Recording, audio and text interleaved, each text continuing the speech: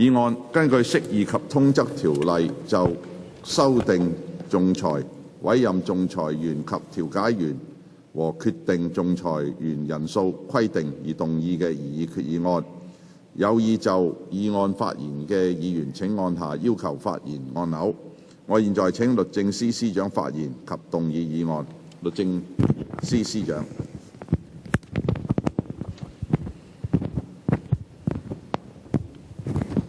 主席，我動議通過上述嘅議案。該議案嘅內容已經喺發放俾各位議員嘅文件裏面列出。呢一項議案建議修訂仲裁（委任仲裁員及調解員和決定仲裁員人數規則）。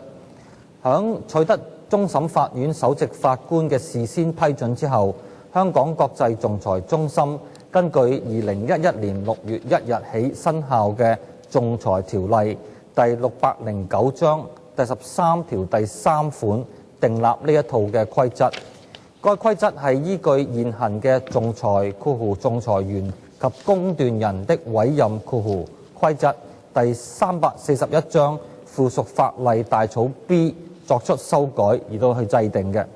呢一套嘅規則旨在便利香港國際仲裁中心履行以下嘅職能：第一，係根據新嘅仲裁條例第24條，響規定須委任嘅仲裁員未有被委出嘅時候，由香港國際仲裁中心委任仲裁員。第二，根據新嘅仲裁條例第23條第3款，由香港國際仲裁中心決定仲裁員嘅人數，以及係三，根據仲裁條例第32條第1款，響規定須委任嘅調解員未有被委出嘅時候，由香港國際仲裁中心委任調查員。規則響2013年7月3日提交立法會省覽，立法會內務委員會隨後成立小組委員會審議呢一項嘅規則。響2013年9月18號嘅立法會小組委員會會議裏邊，香港國際仲裁中心嘅代表同意小組委員會法律顧問嘅建議，對呢一套嘅規則作出若干嘅修訂，而呢啲修訂亦都得到小組委員會嘅支持。大部分嘅建議修訂都係對有關嘅規則嘅內容嘅中英文嘅文本作出草擬方面嘅修訂，唔會影響有關條文嘅實質內容。政府當局對呢啲建議修訂並無異議。喺呢個情況之下，我提出呢一項議案，就香港國際仲裁中心同埋小組委員會所同意嘅建議對規則作出修訂。我謹藉呢一個機會向小組委員會主席郭榮鏗議員同埋其他嘅成員致意，感謝佢哋喺呢方面所付出嘅努力。主席，我謹此動議通過議案，多謝。我現在向各位提出嘅待議議題係律政司司長動議嘅議案，予以通過。郭榮鏗議員。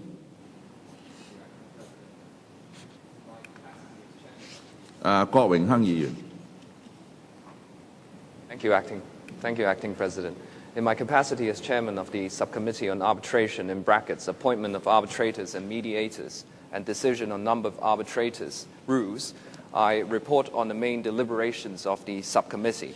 The arbitration rules are made under Section 13, subsection 3 of the Arbitration Ordinance to repeal the arbitration appointment of arbitrators and umpire rules and substitute them with a new set of rules to make provisions to facilitate the Hong Kong International Arbitration Centre to perform its statutory functions, namely making the appointment of arbitrators and decision on the number of arbitrators for parties to an arbitration.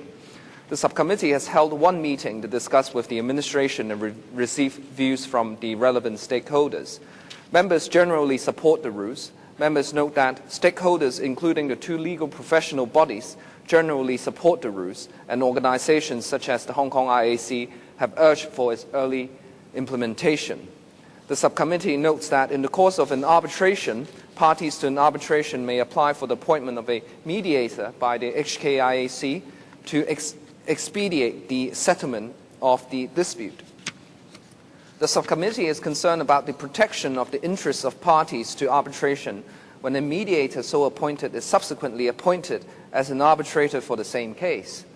The Hong Kong IAC has advised that whenever mediation is adopted, the parties undertake that the mediation must proceed in accordance with the mediation rules, and that the failure by any mediators to abide by the mediation rules will lead to serious consequences, such as disqualification of the mediator concerned.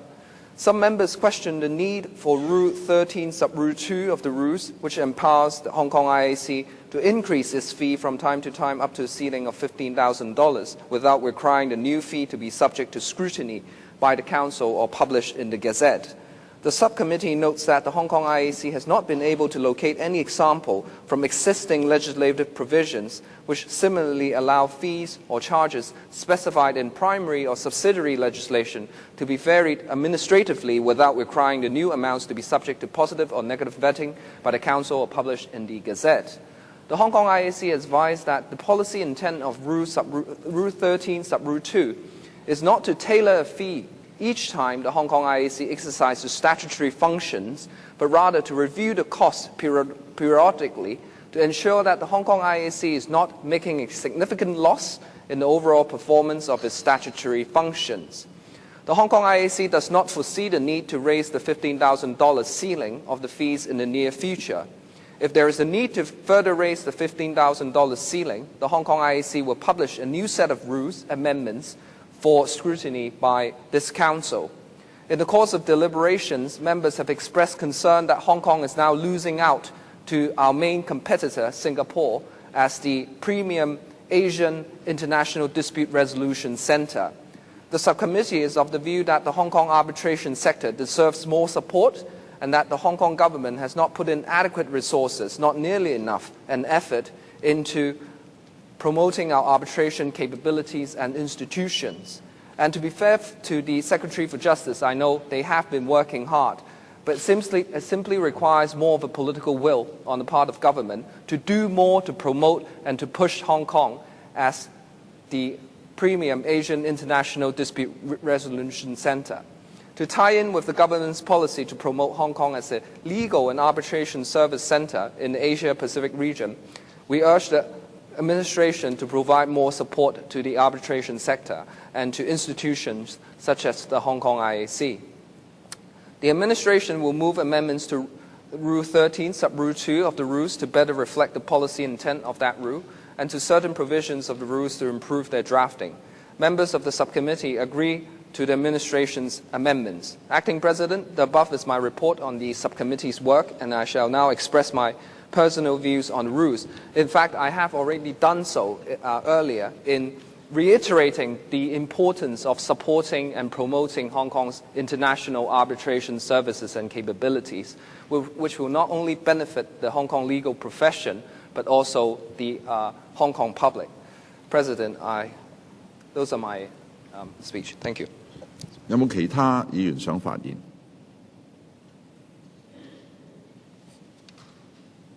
如果冇，我現在請律政司司長發言答辯。喺律政司司長答辯之後，辯論即告結束。律政司司長。主席，多謝郭榮鏗議員頭先所講有關香港作為國際仲裁中心嘅試題。我哋律政司一直係非常關注呢一方面嘅問題，亦都我同我嘅同事係盡我哋最大嘅努力，係為香港鞏固作為亞太區國際仲裁中心呢一方面嘅工作。希望呢一方面嘅工作日後可以同大家立法會嘅議員，包括郭榮鏗議員同埋兩個律師團隊，同埋香港有關仲裁嘅機構，大家再共同攜手協力，係做好呢個工作。多謝主席。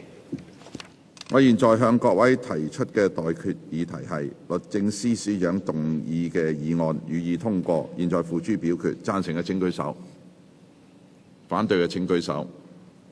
我認為議題獲得在席議員以過半數贊成，我宣布議案獲